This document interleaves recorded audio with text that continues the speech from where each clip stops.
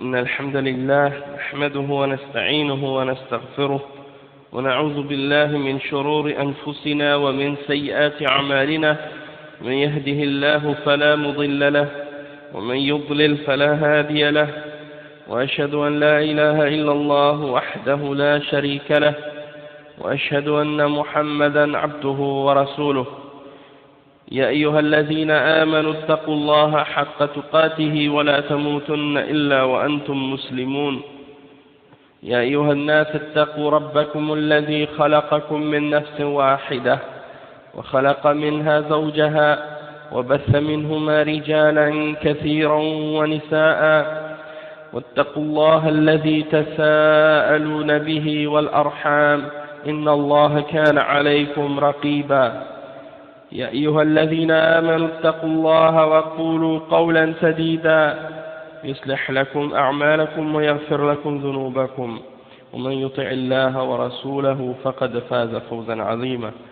أما بعد، وإن خير الكلام كلام الله، وخير الهدي هدي محمد صلى الله عليه وسلم، وإن شر الأمور محدثاتها، وكل محدثة بدعة، وكل بدعة ضلالة، وكل ضلالة في النار. أما بعد. Donc aujourd'hui on commence un premier cours parmi une série de cours qu'on va donner, Inch'Allah, au sujet de la réalité de la secte des Shia al-Rafida. Et c'est un sujet qui est très important. C'est un sujet qui est très important, surtout à notre époque. Et j'ai choisi de parler de ce sujet-là. J'ai choisi de parler de ce sujet-là maintenant parce que c'est un sujet qui nécessite beaucoup de clarification, et pour différentes raisons. Parmi les raisons que j'ai notées, il y a le fait que la plupart des musulmans ils ne connaissent pas la réalité de la secte des Shia al-Rafida en particulier. Ils ne connaissent pas la réalité de cette secte. Pour la simple et bonne raison que beaucoup de musulmans négligent les questions de Aqidah. Beaucoup de musulmans négligent les questions de Aqidah et ils ne connaissent pas la Aqidah des Salaf en général. Pas seulement par rapport à la secte des Rafida, mais par rapport à toutes les autres sectes d'égarement et en même temps. Les gens sont souvent éloignés des livres et des écrits et des explications que les ulama ont donné au sujet du thème de la aqidah ou bien des questions de aqidah. Donc ça fait en sorte que les gens sont confus par rapport à la secte des Rafida en particulier. Et s'ils le sont au sujet des Rafida, donc automatiquement ils le sont également. Ils sont confus également au sujet des autres sectes qui existent dans la Ummah. Donc, beaucoup de musulmans ignorent cette réalité-là, ils ne connaissent pas leurs croyances, ils ne connaissent pas leurs fondements. Et même si on regarde parmi les Shia eux-mêmes, parmi les Rafida eux-mêmes, beaucoup d'entre eux ne connaissent pas leurs propres croyances, leurs propres fondements à eux. Donc, si c'est le cas pour les Shia eux-mêmes, les gens qui sont nés dans ça, qui sont nés dans des familles qui ont ces croyances-là, ou bien qui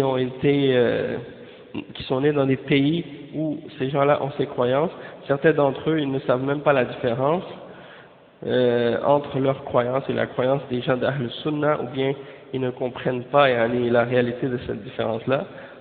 Ils pensent que c'est une question, que ce sont certaines questions secondaires qui font seulement qu'on est divisé. Donc, ça c'est un point qui fait que ça devient un danger dans ce cas-là, ça devient dangereux, du fait que des gens peuvent s'égarer à cause de ça. Un autre point, c'est qu'il y en a beaucoup de gens parmi les musulmans maintenant qui peuvent se laisser tromper par les apparences extérieures par rapport aux Shia al-Rafida. Parce que sur le plan politique, on voit qu'il y a beaucoup de choses qui se passent dans le monde. Et puis, la plupart des gens sont superficiels dans leur façon d'analyser les événements et dans leur façon d'analyser les choses qui se produisent dans le monde. Alors ils regardent toutes les choses, il y en a seulement à un premier niveau. Et ils voient par exemple, ils ont vu par exemple durant la guerre entre le Liban et Israël et les problèmes qu'il y a eu entre Hezbollah et les Juifs de l'Israël, ils ont vu qu'il y a eu des problèmes entre les deux et ils s'imaginent automatiquement que ces gens-là sont des défenseurs de l'islam. On a vu durant plusieurs autres conflits des prises de position de la part des Iraniens par exemple, de l'Iran face aux États-Unis, etc. Puis les gens s'imaginent que ça y est, c'est un pays qui est courageux, qui est fort, qui défend la réalité, qui prend une position contre soi-disant les Américains, les kuffars, les chrétiens, les juifs, etc. Mais la réalité, bien sûr, est totalement contraire à cette apparence-là. Aussi qu'on les voit, bien entendu, qui montrent une certaine pratique de l'islam, parce qu'ils prétendent avoir un État islamique en Iran, ils prétendent appliquer la charia, ils prétendent avoir fait une révolution islamique, et des choses de ce genre. Donc, ça, en apparence, les gens peuvent se laisser tromper par ces choses-là.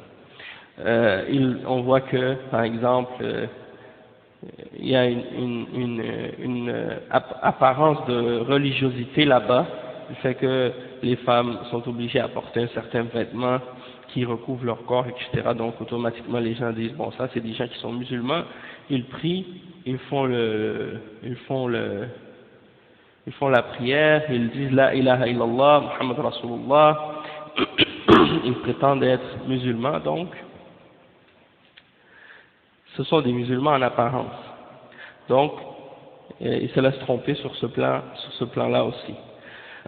Il y a un troisième plan qui est dangereux aussi, c'est que il y a des groupes de Hizbiyya, comme les Ikhwan et d'autres, qui essaient de taire les différences qui existent entre les Rafida et les musulmans de Ahl Sunnah. Donc ils essaient de faire croire qu'il n'y a pas de divergence ou qu'il n'y a pas de différence dans les fondements de l'islam par rapport à ceux-là. Donc ils essaient de faire croire que il faut faire un rapprochement avec eux, qu'il faut appeler au dialogue avec eux, et que, par exemple, les divergences qui existent entre les Shia et les Rafida, les Shia Rafida et les gens de Ahl Sunnah, ils prétendent que ce sont seulement des questions de fiqh, des questions de madhahib, et que c'est des divergences comparables aux divergences qui existent entre les gens de Ahl Sunnah entre eux, par rapport aux questions d'ijtihad, comme par exemple les différences qui existent entre les Malikiyya et les Shafi'iyya, ou bien entre les Hanabila et les Ahnaf, ainsi de suite. Donc, ils prétendent que c'est des questions de madhahib, et ils présentent les Shia comme étant le madhab al-Ja'fari, madhab Ja'fari, alors qu'en réalité, bien entendu, ce sont des mensonges, parce que la réalité, c'est que les différences entre les gens d'Ahl Sunnah et les Rafida Shia sont beaucoup plus profondes et beaucoup plus grandes, et on a des divergences entre nous par rapport au fiqh et à l'ijtihad parmi les gens d'Ahl Sunnah, donc ça, ce sont des divergences qui existent entre nous, qui ne font pas de la division entre nous, alhamdulillah, tandis que les divergences qui existent entre nous et les chiites, ce sont des divergences dans les fondements de la croyance islamique et dans les bases de l'islam, dans le tawhid et dans l'aqidah. Donc, c'est pas vrai que ce sont des questions d'ijtihad ou que ce sont des divergences semblables aux divergences entre les madhahib. Donc, cet appel au rapprochement, c'est en réalité de la poussière qu'on lance dans les yeux des musulmans. Il y en a qui vont venir avec l'argument ou le prétexte que, bon, on est dans une position à l'époque actuelle où les musulmans sont faibles, où les musulmans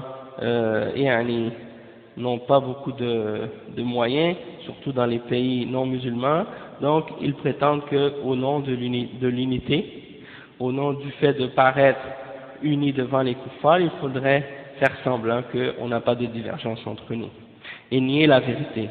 Donc ça, c'est des choses qui sont très dangereuses à la longue.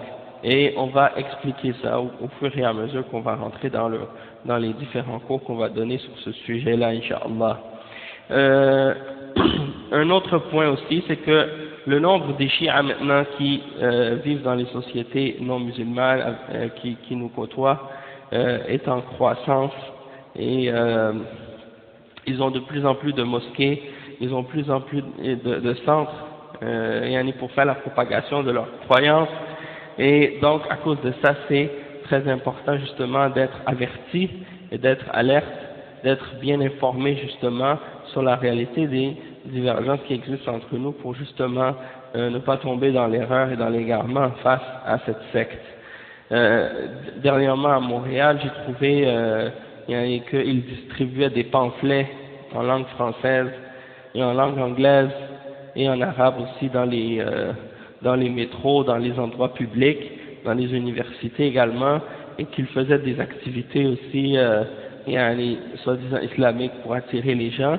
J'en ai même rencontré qui faisaient carrément de la propagation puis de l'appel à leur secte, d'une façon camouflée, qui distribuaient des invitations pour amener les gens dans leur centre. Puis bien entendu, ils font bien attention de ne pas mentionner qu'ils sont chiites.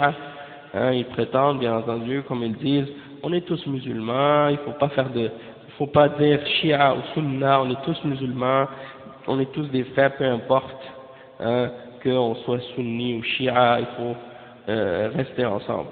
Et bien entendu, ça c'est de la poudre aux yeux. Ils disent, il faut pas faire le takfir des musulmans, on est tous des frères, on est tous des musulmans.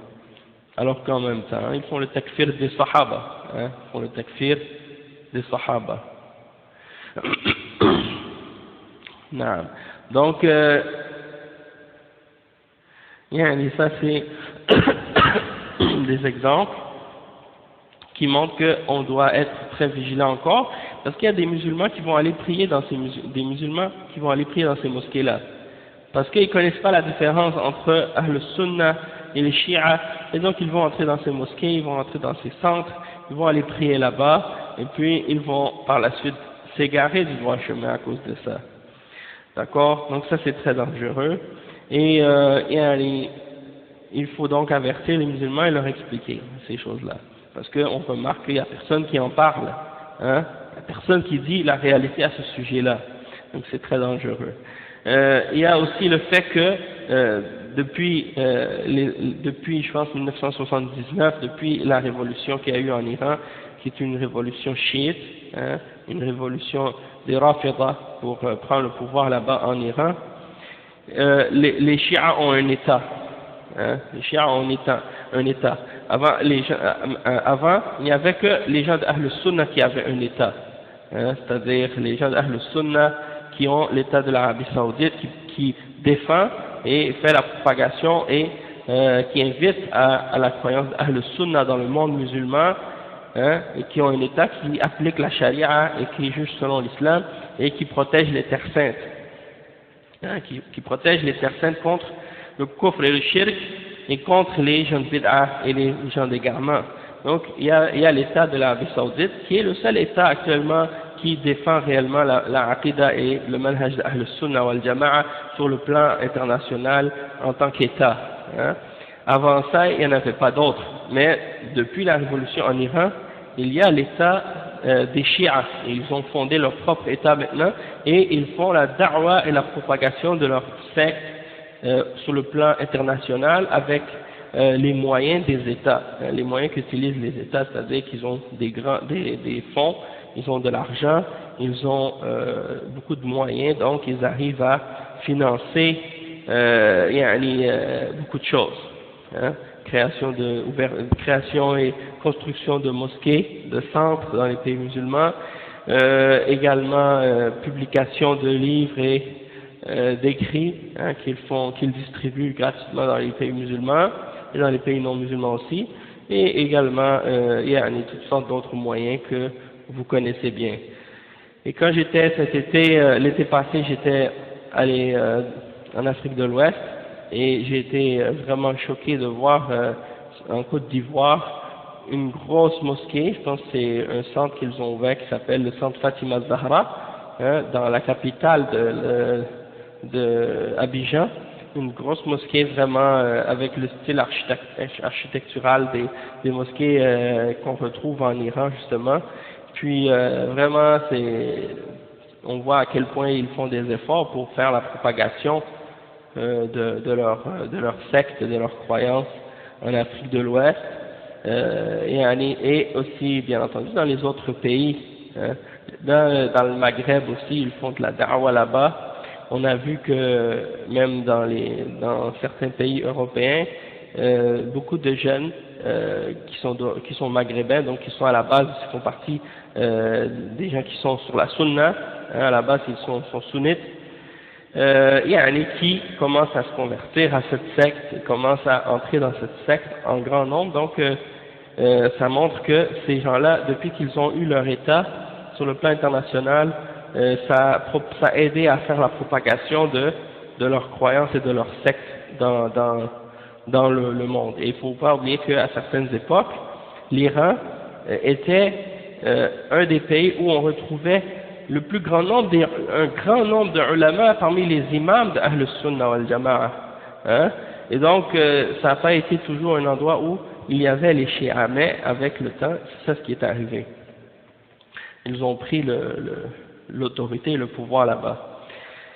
Donc, sur le plan du fait qu'ils ont un État, ils deviennent plus dangereux, parce que maintenant ils arrivent à faire la propagation de leurs idées.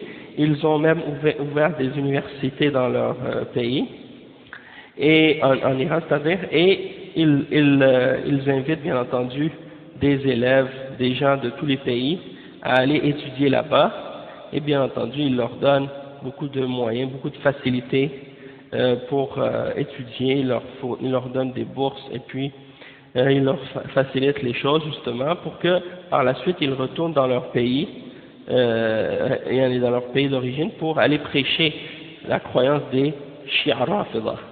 Et on a vu ça justement, quand j'étais en Arabie Saoudite, j'avais rencontré un étudiant qui était d'origine haïtienne justement, qui venait d'Haïti, et puis il disait, étant donné qu'il était un petit peu perdu dans sa compréhension de l'islam, un peu confus, un peu mélangé, il disait je pense que je vais aller en Iran, là-bas ils donnent plus d'argent, puis ils facilitent plus les choses pour étudier, donc je pense que je vais aller là-bas étudier. Donc, bien entendu, je l'ai mis en garde et puis je lui ai donné la nasiha là-dessus et je lui ai expliqué que la croyance des Rafida, c'était pas en accord avec l'islam. Et bien entendu, beaucoup de gens sont confus à ce sujet-là, ils comprennent pas la réalité. C'est dont l'importance de faire des cours sur ce sujet-là. Donc, c'est pour dire. Maintenant, en Haïti, il y a des gens qui prêchent cette aqida, cette croyance des Rafida, Shia en Haïti, au nom de l'islam. Et puis, parce que chaque personne qui arrive là-bas, il amène la compréhension qu'il a appris lorsqu'il était aux États-Unis ou bien ailleurs. Donc, chacun veut tirer la couverture de son côté. Mais on va expliquer avec les points qu'on va mentionner, les cours qu'on va faire sur cette secte, on va expliquer les choses d'une façon à ce que chaque musulman sera capable, Inch'Allah, de voir de façon claire où se tient la vérité, et d'être capable de comprendre les différences qui existent et de faire attention justement aux égarements de cette secte que beaucoup de gens ne comprennent pas en réalité. Il y a aussi le fait que, bon, comme je disais tout à l'heure, ils sont de plus en plus nombreux, ils sont mélangés avec les musulmans de Ahl Sunnah dans les écoles, dans les lieux publics, que ce soit au primaire, au secondaire, à l'université, dans les niveaux universitaires aussi. Ils s'infiltrent, ils se mélangent avec les musulmans.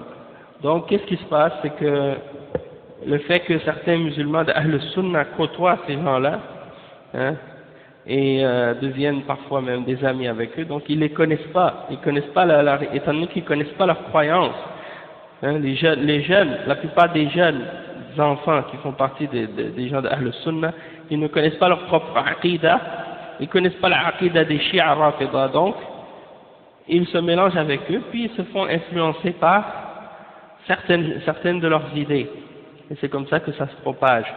La plupart des jeunes qui n'ont pas de ressources ou de références par rapport à la connaissance et l'apprentissage de l'islam, la façon dont ils apprennent l'islam ou la façon dont ils connaissent l'islam, c'est souvent de bouche à oreille, hein.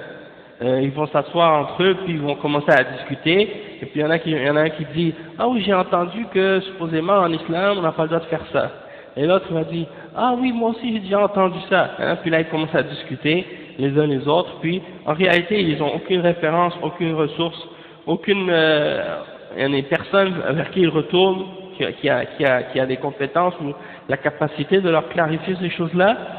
Et également, ils connaissent pas les livres, ils connaissent pas souvent ils vont pas à la mosquée, ils sont pas proches de la communauté de musulmans qui pratiquent soit parce que leur famille elle-même n'est pas pratiquante ou d'autres raisons comme ça. Donc ça fait en sorte qu'ils sont ignorants. Donc le fait qu'ils côtoient d'autres jeunes qui se disent musulmans, qui sont des Shia arabes, qui connaissent pas leur aqida, alors ça fait en sorte qu'ils sont confus par la suite. Il faut donc ça c'est une autre raison pour laquelle c'est important d'expliquer ce sujet-là. Puis maintenant, alhamdoulilah, il faut comprendre un point important avant qu'on commence à expliquer ce sujet-là dans les cours qu'on va faire. C'est que il faut comprendre que l'islam, quand on dit le mot islam, et ça c'est quelque chose qui est très important de comprendre, je pense même que c'est un des plus importants parmi les points qu'on va mentionner, c'est le plus important probablement, c'est que le mot islam, c'est un mot maintenant qui, pour beaucoup de personnes, n'a pas une signification claire. Beaucoup de musulmans aujourd'hui disent on est musulman, mais le problème c'est qu'ils ont tous une compréhension et une croyance différente sur qu'est-ce que signifie être un musulman.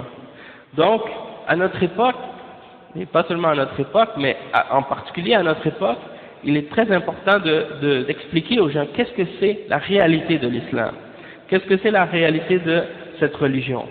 Parce que tout le monde peut se dire musulman, tout le monde peut dire, et ça c'est facile, de dire je suis musulman, mais être musulman, ça veut dire quoi? Et en quoi ça consiste? Qu'est-ce que ça implique? Qu'est-ce que ça implique comme croyance et comme pratique? Et qu'est-ce que c'est la réalité de cette religion? Qu'est-ce que c'est la réalité de cet islam? Hein? Vous avez tous entendu, en passant dernièrement, il y a les problèmes qui sont en train de se passer au Yémen, hein, entre les chiites et les musulmans d'Ahl Sunnah. Donc ça aussi c'est un autre exemple des problèmes qui se passent, du fait que les chiites rafidah sont toujours comme une épine, hein, à l'intérieur du corps des musulmans, qui bien entendu font beaucoup de tort aux musulmans, parce que souvent ils aident les kuffars à combattre les musulmans et à créer de la division à l'intérieur des musulmans. Ça on va en reparler.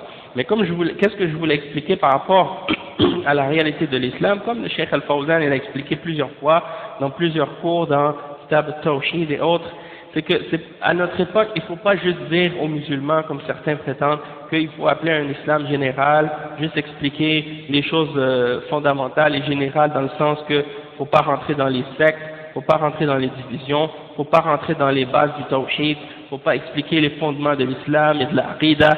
On est déjà musulman, on a déjà compris l'islam. Non, ça c'est une mauvaise compréhension. Il y a beaucoup de gens qui disent ça, même ici à Montréal dernièrement. J'ai discuté avec certains musulmans, ils nous disent mais on est déjà musulmans, on a déjà compris l'islam, on connaît le tawhid, on connaît la aqida, on n'a pas besoin d'entendre ces choses-là déjà encore une fois. Hein? Donc le fait que ces gens-là, ils ont juste une compréhension vague et générale de qu'est-ce que signifie être un musulman, eh bien quand on leur parle maintenant de ces questions-là de Shia, hein, et des autres sectes, ils sont confus. Et quand on leur parle de la sunna, même quand on leur parle de la sunna, ils sont confus.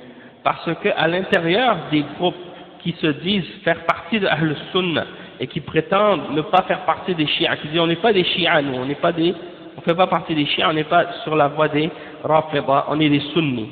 À l'intérieur de ceux qui disent qu'ils sont sunnis, il y a des sectes, beaucoup de sectes à l'intérieur de ces groupes-là également.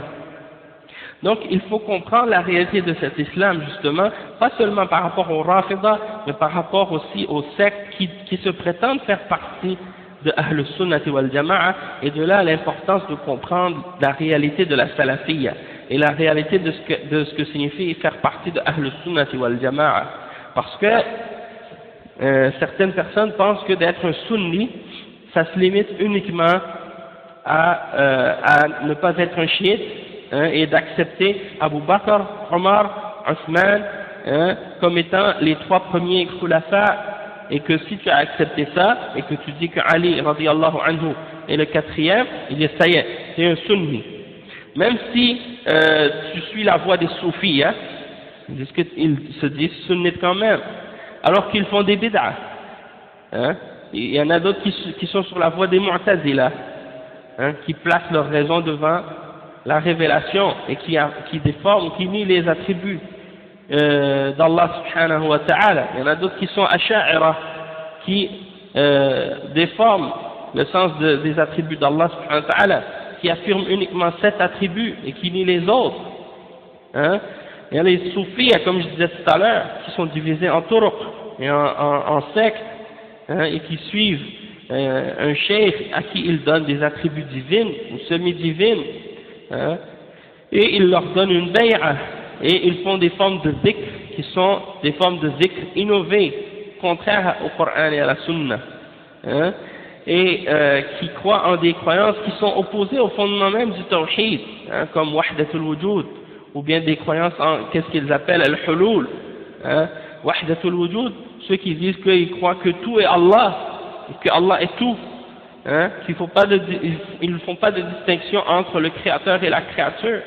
Tout est Allah, il n'y a qu'une seule existence, et il ne faut pas distinguer entre le créateur et la créature. Ça, c'est la croyance de certains parmi les soufis, et cette croyance-là, elle est propagée par la plupart des turuq soufis qui existent aujourd'hui dans le monde, sans oublier l'adoration des tombes, et d'autres croyances parmi les croyances des soufis, leurs shuyukh et en leurs awliya, soi-disant.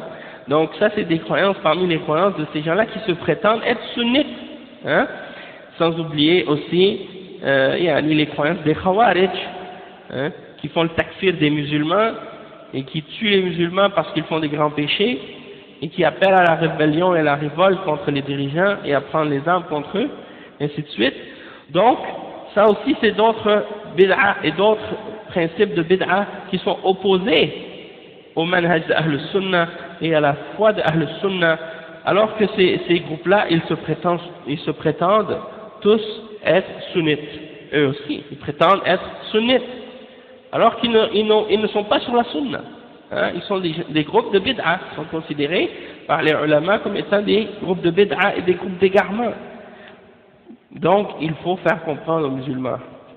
Comme Cheikh al-Islam Ibn Taymiyyah, il l'explique dans Mujmal al-I'tiqad, dans Majmu' al-Fatawa,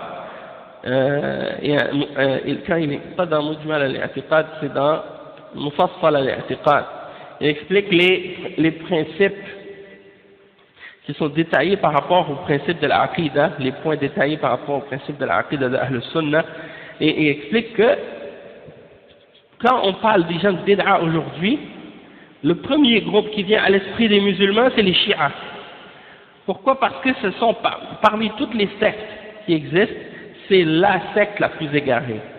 À un point tel que, quand on parle des sectes, quand on parle de groupes de bid'a, le premier groupe qui vient à l'esprit, le premier groupe qui nous vient à l'esprit, c'est le groupe des chiites. À un tel point que certains musulmans, ils pensent que la seule secte qui existe dans l'islam, c'est la secte des chiites, la secte des Rafidah. Et même chez certains orientalistes parmi les kuffars, quand vous allez lire les livres qu'ils ont écrits sur l'islam, ils disent, dans l'islam, il y a deux grandes sectes, ou deux grandes divisions.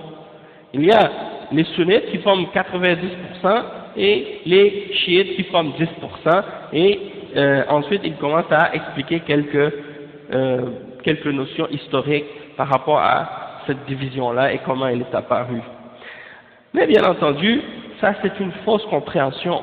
La réalité, c'est que les chiites sont une parmi les sectes de l'islam, et parmi ceux qui se disent sunnites, parmi le 90% de ceux que les gens prétendent être des sunnites, eh bien il y a d'autres groupes qui font partie des groupes d'égarement comme la secte des Rafidah. Il n'y a pas seulement que la secte des Rafidah qui est égarée, et le prophète sallallahu alayhi wa sallam, il a dit que cette umma, elle allait se diviser en 73 sectes, et qu'elles seront toutes en enfer excepté une. Donc, le prophète sallallahu alayhi wa sallam a dit qu'elles seront toutes en enfer excepté une. Donc, il a parlé de 73, pas de deux sectes seulement. Il n'y a pas que deux sectes.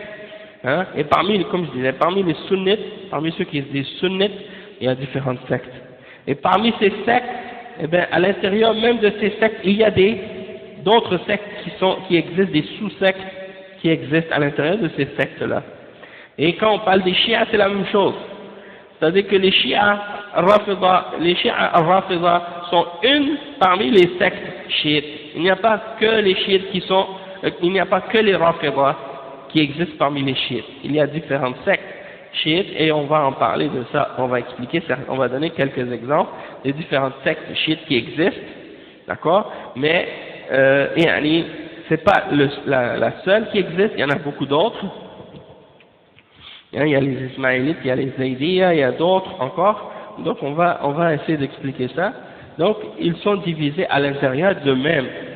À l'intérieur des chiites, il y a des divisions, comme à l'intérieur de ceux qui se prétendent sunnites, il y a des divisions.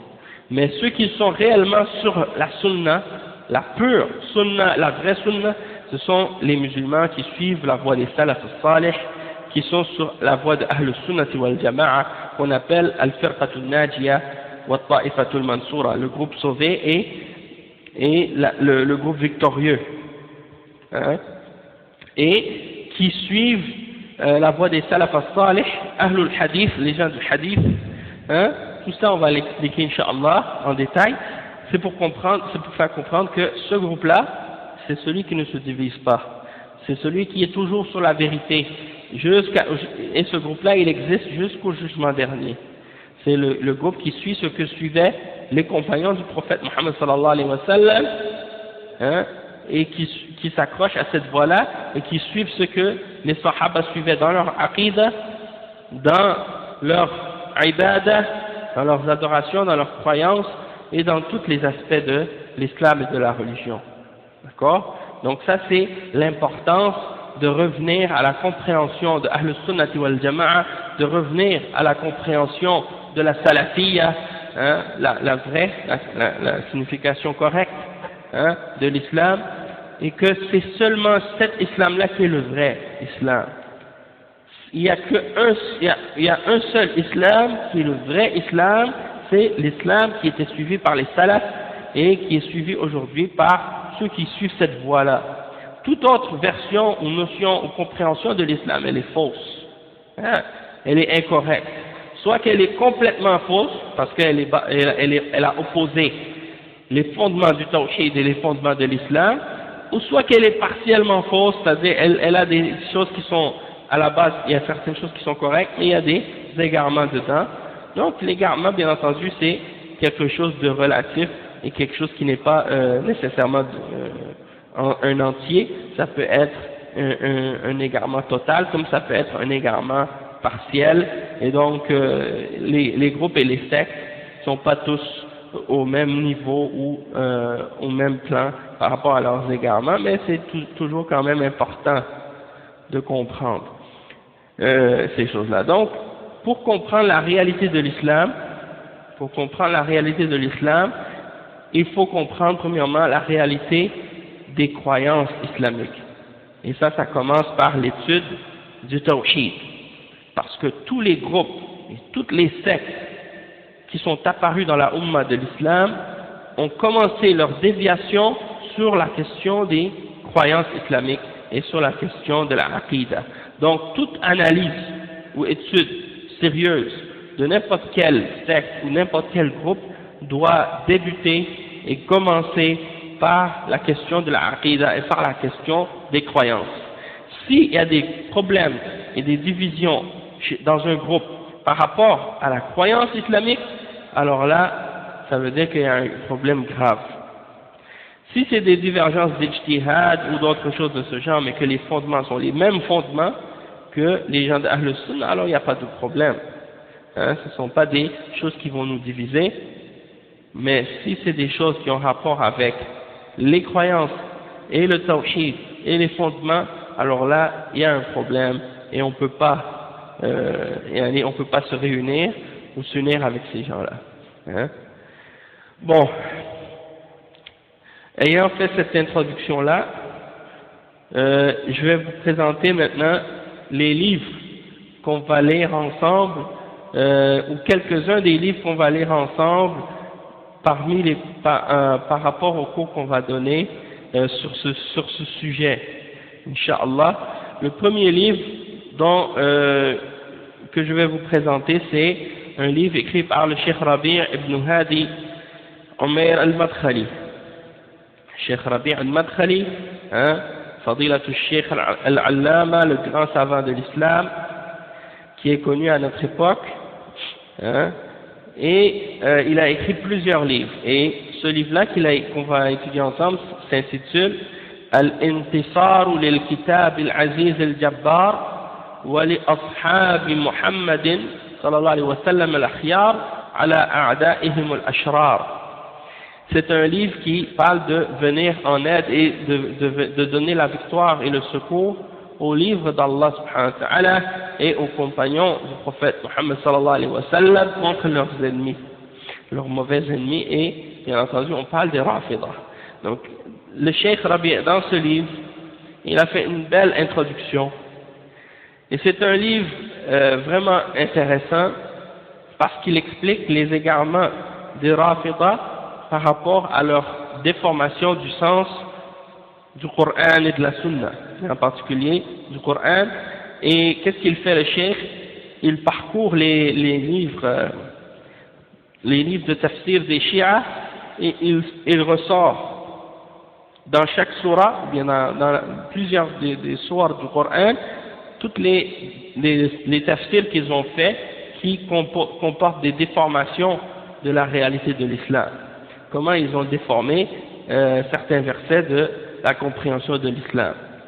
Et avant de rentrer dans le tafsir, il commence par faire une introduction sur l'importance du respect qu'on doit avoir envers les Sahaba et les Salaf, et une petite introduction sur justement les mérites des Sahaba, et ensuite sur certaines questions et positions historiques qui sont produites, et puis il parle également des paroles des Shia eux-mêmes, des paroles des Shia eux-mêmes, qu'est-ce qu'ils disent dans leurs croyances, et il fait un petit résumé de ça. Donc ça c'est l'introduction, et il parle aussi des ruses des Shia, leurs ruses et tout, et leur déformation de la religion. Là, il commence par la suite à rentrer dans le tafsir. Et juste pour vous donner un exemple, dans tafsir surat al-Fatiha, comment ils ont déformé le sens même dans cette surah, Ihdina sirat al-Mustaqim, eux, ils disent quoi? Ils disent que sirat al-Mustaqim, c'est la voie, le droit chemin, c'est la voie de la connaissance de l'imam. Hein? Donc ça c'est leur compréhension de Sirat al-Mustaqim, hein. Ils disent que c'est de connaître l'imam. Donc ça c'est des exemples de leur croyance, de leur déformation de l'interprétation du Coran. Donc on va lire ça comme introduction seulement. On va pas faire le livre au complet parce que, bien entendu, le livre au complet ce serait trop long. Et puis on veut juste faire, ce sera des cours qu'on va faire. Bon, il y en aura probablement plusieurs, mais c'est seulement un cours d'introduction pour comprendre les points les plus importants et les plus grands dangers par rapport à cette secte. Mais on ne va pas rentrer bien entendu dans tous les aspects et tous les détails qui sont élaborés dans ces livres-là, parce que bien entendu, il y a trop de choses à clarifier. Le deuxième livre qu'on va étudier, Inch'Allah, ou bien le livre qu'on va utiliser dans cette étude qu'on va faire, Inch'Allah, sur les Rafidah, il y a un autre livre qui s'appelle Al-Intisar lis-Sahbi wal-Al min iftira'at al-Samawi al-Dal. Donc ça, c'est un livre écrit par le Cheikh Ibrahim ibn Amir al-Ruhayli, qui est un des grands chouyours parmi les chouyours de Médine, qui enseigne à la faculté d'Aqida à l'université islamique. Et donc il a écrit ce livre. C'est une réfutation d'un livre écrit par un Rafidi, un chiite tunisien, qui a écrit un livre qui s'intitule Thumma Ihtadayt, puis j'ai été guidé. Donc c'est un Tunisien qui a écrit un livre dans lequel il a expliqué comme son parcours. Il dit, bon, au début j'étais soufi dans la tariqa Tijaniya, etc., etc.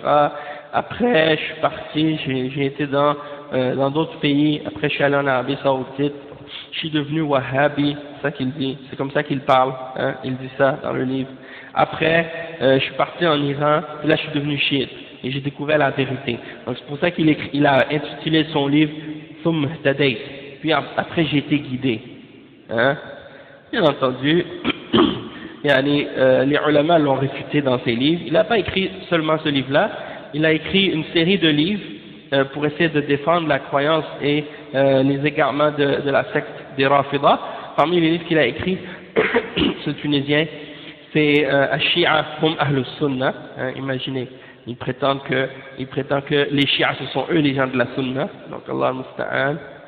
Et il a écrit d'autres livres également. Mais le livre dans lequel il a expliqué son histoire, c'est Thumma Ihtadayt. Les ulama l'ont réfuté par ce livre.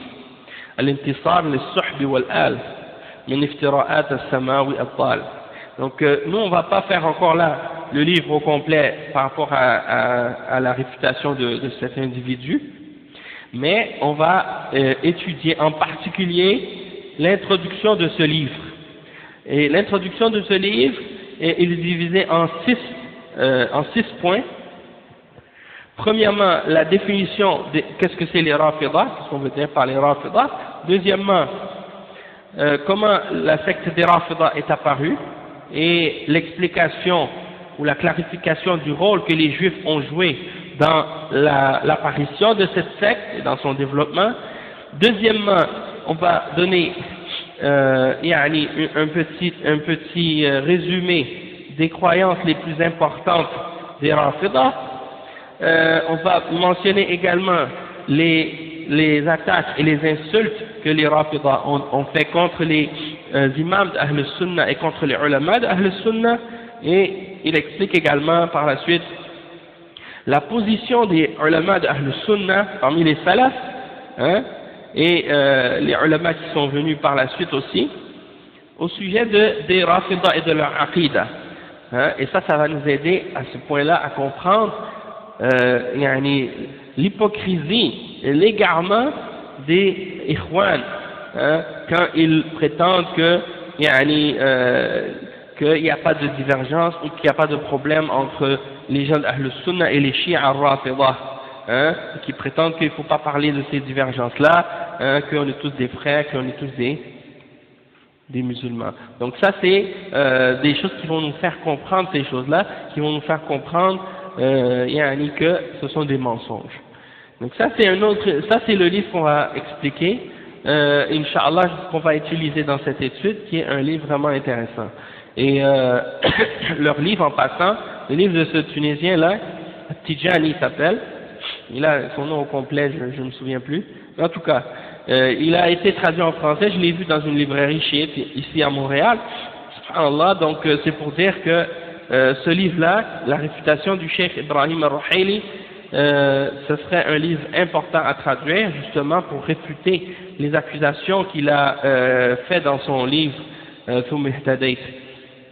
Bien entendu, Inch'Allah, ça demande du temps, puis ça demande beaucoup de concentration, c'est certain, mais c'est un travail qui doit être fait, hein, de traduire les livres. C'est pour ça que j'expliquais la dernière fois dans un des cours, je disais à quel point c'était important de traduire les livres de réfutation, hein, pas seulement de traduire des livres qui expliquent la aqidah d'Ahl Sunnah sur le plan disons, de la présentation de la aqidah d'Ahl Sunnah, de présenter la aqidah d'Ahl Sunnah et le manhaj des salaf, c'est important, c'est fondamental, c'est sûr, mais en même temps, il faut aussi qu'il y ait les livres de réfutation qui soient traduits parmi les réfutations des ulama d'Ahl Sunnah contre ces sectes-là, pour que les musulmans sachent, hein, qu'il y a eu des réfutations qui ont été faites, hein, et pour répondre à ceux parmi les musulmans qui justement ont été éloignés des livres des ulama d'Ahl Sunnah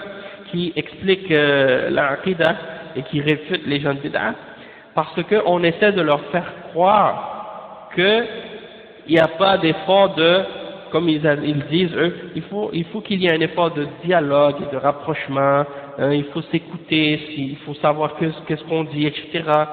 Comme si depuis 1400 ans, les musulmans n'avaient jamais traité de ces sujets-là, comme si depuis 1400 ans, les ulama ne savent pas les erreurs et les problèmes et les dangers et les égarements des Rafidah, comme si ça venait juste d'apparaître à notre époque, et que donc on se connaissait pas, comme si on se connaissait pas du tout, comme si on connaissait pas, on savait pas les croyances qu'on possède respectivement, et que on avait besoin de s'écouter, ou de dialoguer, ou de se rapprocher encore aujourd'hui. Non, ce sont des sujets qui ont été traités depuis des siècles, hein, depuis plus que 1200 ans. Les ulama d'Ahl Sunnah ont commencé à réfuter les Rafidah. Et j'ai pas besoin de vous mentionner, vous êtes sûrement au courant, mais c'est juste pour vous dire, un des livres de Ibn Taymiyyah sur la réfutation des Rafidah, c'est le livre qu'on appelle Minhaj al-Sunnah, hein? Et ben son livre Minhaj al-Sunnah il contient 9 volumes. 9 volumes, Ibn Taymiyyah a écrit un livre de 9 volumes pour réfuter un Rafidi, hein, et il le réfute sur les fondements et les principes de la croyance, hein. Donc c'est pour dire que il ne faut pas faire semblant comme si ces choses-là étaient inconnues, comme si on ne le savait pas, comme si on ne savait pas qu'il y avait des divergences ou des différences. Non, ces croyances-là sont connues depuis des siècles.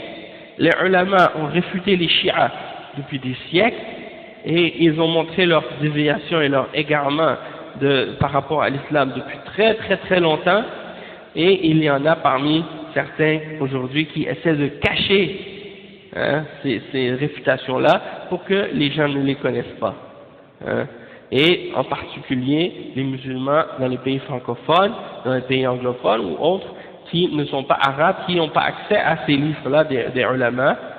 Et ceux qui sont arabophones aussi, parfois, qui sont éduqués dans les groupes de Hizbiyya, on essaie aussi de leur cacher, même en arabe, on essaie de leur cacher ces livres-là et de les garder dans un embargo intellectuel, hein, pour faire en sorte qu'ils restent toujours dans leur cercle de Hizbiyya et pour jamais en fait leur permettre de connaître la réalité de la croyance d'Ahl Sunnah et des réfutations que les ulama ont écrites justement contre des groupes de bid'ah, hein. Et la révolution qu'il y a eu en Iran, c'est une révolution qui a été inspirée beaucoup par les livres justement des Ikhwan, hein, et par les Hizbiyyin depuis l'époque de Jalaluddin al-Afghani, qui n'était pas afghani, en réalité il n'était pas afghan. Al-Afghani, c'est un nom qu'il s'est donné lui-même pour cacher sa croyance chiite, pour pas qu'on le soupçonne d'être un chiite en réalité, mais c'était en réalité un Iranien, hein. Donc c'est Jamaluddin al-Irani, on devait l'appeler, hein. Mais bon, il s'est prétendu afghan, Et puis, c'était un chiite, il a propagé ses idées et ses croyances à l'époque dans le monde musulman, en Égypte, et il a enseigné ses élèves, Mohamed Abdou, Mohamed Rachid Reda, et puis par la suite, bien entendu, Hassan al-Banna, qui a été inspiré de leurs idées, et c'est ainsi que par la suite, il y a eu les centres de rapprochement qui ont été établis et encouragés par les Ikhwan par la suite, et qui fait en sorte par la suite que il y a eu ces ouvertures-là dans les pays de Ahl Sunnah, qui ont ces hizbiyin-là qui ont ouvert la porte aux Rafida et aux Shia dans les pays musulmans. Donc ça c'est très important de le savoir. Il y a un autre livre qu'on va utiliser, c'est un livre qui s'intitule Hatta la nankhadi' haqiqatu Shia, pour pas qu'on soit trompé, la réalité des Shia, écrit par Abdullah al-Mousili. Et dans ce livre-là, il y a de bons points qui sont mentionnés par rapport à la croyance des Rafida, qui citent de leurs livres leurs croyances directement de leur livre à eux, pour montrer aux musulmans la réalité de leurs croyances. Puis il y a un livre qui a été écrit ici qui s'appelle Al-Shia al-Ithna Ashriya Tahrif al-Qur'an, wa Tahrif al-Qur'an, parce que parmi les croyances des Shia, c'est que le Coran qu'on possède actuellement, c'est pas le vrai Coran. Eux, ils prétendent que le vrai Coran, il est caché, on le connaît pas. Puis que dans le vrai Coran, il y a la mention de Ali radiyallahu anhu dedans, et il y a la mention que c'était lui le khalifa, etc. Donc il y a beaucoup d'autres égarements. Donc pour expliquer un petit point avant de rentrer encore de rentrer complètement dans le sujet, c'est qu'on parle de la secte des Rafida parmi les Shia. Et la secte des Rafida, actuellement, c'est la secte la plus répandue, celle qui a un plus grand nombre de fidèles parmi les écoles ou parmi les sectes des Rafida. Et puis, cette secte des Rafida, elle a plusieurs noms. Donc, soyez pas trompés par le fait qu'on les nomme par des noms différents, parce que ça c'est une des ruses que les gens utilisent justement pour faire passer la secte des Rafida pour des gens acceptables. Ils vont par exemple mentionner des noms comme Al-Ja'fariya, vous allez entendre ça souvent, le madhab, ils disent le madhab Ja'farit, pour essayer de faire croire que c'est un madhab parmi les différents madhahib. Et ça montre l'hypocrisie, encore une fois, des hizbiyin. Parce que d'un côté, quand ils parlent des wahhabiyya, quand ils parlent des salafis, ils disent, ça ils veulent faire un autre madhab, et ils disent, ils veulent faire un cinquième madhab, et ils s'appellent les wahhabites, ce sont des wahhabites. Donc ils veulent faire leur propre madhab. Ou bien ils accusent Ibn Taymiyyah de ça aussi. Ils disent, Ibn Taymiyyah, il voulait faire son propre madhab. Alors que là, ils disent, bon, là, il y a un cinquième madhab, c'est le madhab Ja'fari. Donc quand c'est les Ja'fari, ça c'est correct. Mais quand c'est, soi-disant, qu'est-ce qu'ils appellent eux Wahhabi, alors qu'il n'y en a pas de Wahhabi, et là, tout d'un coup, il y a un problème.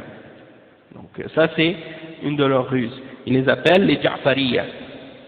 Un autre nom par lesquels on les désigne, c'est Al-Ithna Ashriya. Al-Ithna Ashriya, ça veut dire les 12. Parce qu'ils croient en 12 parmi les descendants de Ali radiyallahu anhu, qu'ils prétendent être leurs imams infaillibles. Donc, on va parler de ces 12 imams-là, qui ils sont et quelles sont leurs croyances à leur sujet. Ok? Donc ça c'est un autre de leurs noms, Al-Ithna Ashriya. Ça veut dire les 12. En français, ils l'ont traduit, les orientalistes, quand ils parlent de ça, ils parlent des duodécimains. Moi, franchement, quand j'entends ça, j'ai envie de vraiment fermer le livre. Parce que duodécimain, c'est sûr que ça veut dire les 12, mais je me dis pourquoi pas dire les 12 au lieu de compliquer les choses. Parce qu'il y a des gens qui utilisent des vocabulaires parfois tellement compliqués, quand tu ouvres le livre, tu n'as pas envie de lire. On dirait que le livre a été écrit pour qu'on ne comprenne pas ce qui est écrit dedans. Et c'est dommage que ce soit comme ça. Tandis que les gens, les ulama d'Ahl Sunnah, ils font toujours leur possible pour que leur livre soit clair, pour que leur vocabulaire soit pas ambigu et pour que les choses soient bien comprises.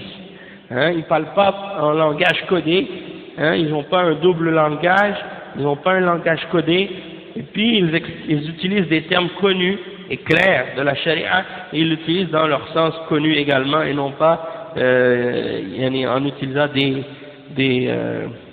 des phrases à double sens ou bien comment on appelle, des sarcasmes ou des ironies ou bien comment on appelle, des pléonasmes ou d'autres trucs là qu'ils peuvent utiliser pour essayer de dire quelque chose mais en voulant dire le contraire ou autre chose de ce genre. Non, on utilise des termes connus, clairs, hein, pas des choses, des mots compliqués pour rendre les choses difficiles pour les gens. Et il y a ça, et donc le Ja'fariya, le Ithna Ashriya, on les appelle aussi al-Imamiyya. Al-Imamiyya, parce qu'ils suivent soi-disant leurs imams, leurs 12 imams. Donc on les appelle aussi al-Imamiyya. Donc là on a 3 noms, Ithna Ashriya, Ja'fariya, Ithna Ashriya, Imamiyya. Il y a aussi un autre nom qu'on les appelle, que vous connaissez puisque c'est le titre du cours, on les appelle les Rafidah. Al-Rafidah, on a expliqué dans d'autres cours pourquoi on les appelle Rafidah, c'est parce que quand les Chiites sont allés voir Zayn Abidin, un des descendants d'Ali, radiyallahu anhu, sont allés le voir puis ils lui ont demandé est-ce qu'il était d'accord avec eux pour insulter Abu Bakr et Omar, radiyallahu anhuma. Alors, il a refusé, il a dit non, je ne les insulte pas. À cause de ça, ils l'ont refusé, ils l'ont rejeté. Et c'est pour ça qu'on les appelle les Rafidah, parce qu'ils ont refusé Zayn Abidin. Hein? Donc, ça c'est Al-Rafidah. Et donc, ça fait trois noms. Ja'fariya, Imamiyya, non, ça fait 4 noms. Rafidah, Imamiyya, Ithna Ashriya, Ja'fariya. Aussi, il y en a qui les appellent les Moussawiya, Moussawiya. Et puis il y en a d'autres noms aussi encore. En tout cas, mais c'est juste pour dire que ça, c'est les noms les plus connus, les plus utilisés que vous allez trouver. D'accord? Donc, si on parle de ces noms, de ces différents noms-là, il ne faut pas se laisser confondre. Hein? On sait qu'on est en train de parler toujours de la même secte et des mêmes personnes, des mêmes gens. D'accord? Donc il y a ça. Et il y a un autre livre qu'on va utiliser aussi. C'est, si j'arrive à le trouver, parce que là je ne le trouve pas, depuis hier je le cherche, j'arrive pas à le trouver. C'est le livre de Cheikh Abdul Razzaq Al-Abbad, hein, le fils de Cheikh Abdul Muhsin Al-Abbad. Il a écrit un livre sur la position de Ahl Sunnah wal Jama'a vis-à-vis de Ahlul Bayt.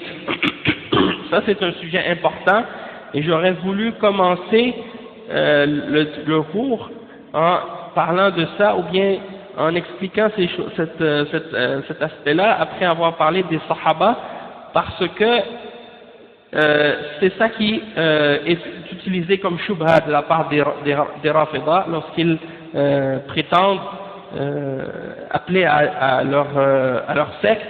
Ils prétendent être les défenseurs de Ahlul Bayt. Ils prétendent être les défenseurs de la famille du prophète Mohammed sallallahu alayhi wa sallam. Hein, ils disent que la famille du prophète sallallahu alayhi wa sallam a été opprimée, on leur a fait des injustices, et eux ils viennent pour défendre Ahlul Bayt soi-disant. Hein, et ils se basent là-dessus pour faire le takfir des Sahaba. Vous faites le takfir des Sahaba en disant qu'on a volé le khilafa à Ali ibn Abi Talib radiyallahu anhu et que on lui a pris sa place, et bien d'autres accusations qu'ils ont aussi. Donc Ça, c'est un autre livre si je le retrouve, Inch'Allah, on va essayer de clarifier certains points pour faire comprendre aux Rafida en même temps que nous, les gens de Ahlus Sunnah wal Jama'a, nous avons le plus grand respect pour Ahlul Bayt. Et que ce que ces gens-là prétendent ne sont que des fausses accusations. Hein? Que s'il y a quelqu'un qui aime et qui respecte la famille du prophète Mohammed sallallahu alayhi wa sallam, ce sont en premier de tout les musulmans de Ahlus Sunnah wal Jama'a, hein? Bien plus encore que ce que ces gens-là peuvent prétendre les respecter. Parce que ces gens-là, parfois, ils vont dans l'exagération au point où ils prétendent que de les aimer, ça signifie de les adorer en dehors d'Allah subhanahu wa ta'ala. Et que si tu les adores pas en dehors d'Allah, tu les as pas aimés. Et ça, c'est bien entendu qu'est-ce qu'on appelle al-ghulu, l'extrémisme, hein, l'exagération et l'extrémisme. Donc, si je le retrouve, le livre, Inch'Allah, on commencera par ce livre-là. Donc, ce livre-là, ce cours d'aujourd'hui, c'est uniquement un cours d'introduction et de présentation, comme on l'a fait. On va pas commencer tout de suite aujourd'hui à lire dans les livres qu'on a mentionnés. C'était juste pour vous expliquer un petit peu les points les plus importants dont on va parler, hein, et comment on va procéder. C'est que on va prendre des points les plus importants de chacun de ces livres-là et on va les clarifier, hein, et on va les expliquer, Inch'Allah, puis faire en sorte que les choses soient claires. Et puis on va expliquer également, parmi les points dont on va discuter, on va expliquer les liens qui existent entre les Shi'a et les Rafida.